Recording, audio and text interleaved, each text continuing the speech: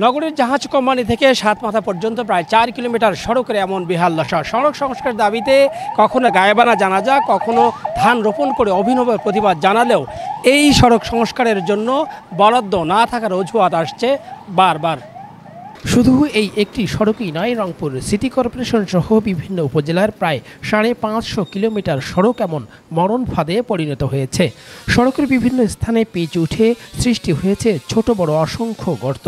বৃষ্টি হলে এসব গর্তে জমে থাকে পানি, আর শুষ্ক মৌসুমে সৃষ্টি হয় ধুলোর ঝড়। ফলে বছর জুড়েই দুর্ভোগ পোহাতে হচ্ছে পথচারীদের। এদিকে সড়ক মেরামতের দাবিতে বিভিন্ন সময়ে আন্দোলন করেছে এলাকাবাসী। নাজুক সড়কে চলতে গিয়ে যন্ত্রাংশ নষ্ট হয়ে আর্থিক ক্ষতির মুখে পড়ছেন যানবাহন মালিকরা।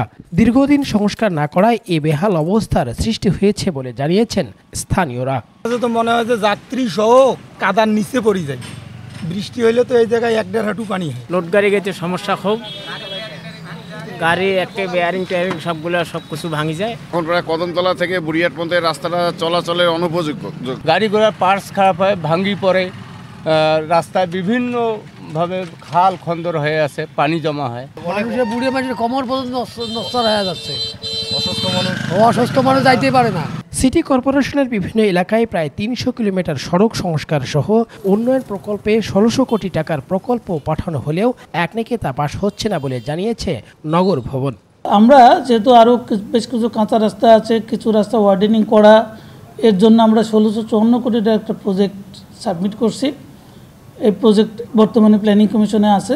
আমরা আশা করছি অনুমোদন হলে আমাদের যে সমস্যাগুলো আছে এটা আপাতত সমাধান হয়ে যাবে। এদিকে দিনের পর দিন মন্ত্রণালয়ে বিভিন্ন প্রকল্পে ফাইল আটকে থাকা এবং পর্যাপ্ত বরাদ্দ না থাকায় সড়ক ভবন ও এলজিডির সড়কগুলো মেরামত করা যাচ্ছে না। বুড়িরহাটের কাছে প্রায় 2.3 কিলোমিটার সড়ক আছে, এটি অত্যন্ত খারাপ অবস্থায় আছে বর্তমানে। আমরা এটি বিভাগীয়ভাবে মেরামত করে চলাচলযোগ্য রাখার চেষ্টা করছি, কিন্তু আসলে হচ্ছে না। এই সড়ক অংশটি আমাদের পিএমপি কর্মসূচিতে অন্তর্ভুক্ত রয়েছে। এটি অনুমোদন প্রক্রিয়াধীন, অনুমোদিত হলে আমরা কাজটি শুরু করব। আমাদের এই সংস্কারযোগ্য রাস্তা প্রায় 238 কিলোমিটার। এর মধ্যে আমরা ইতিমধ্যে 70 কোটি টাকা বরাদ্দ পেয়েছি। তার মধ্যে থেকে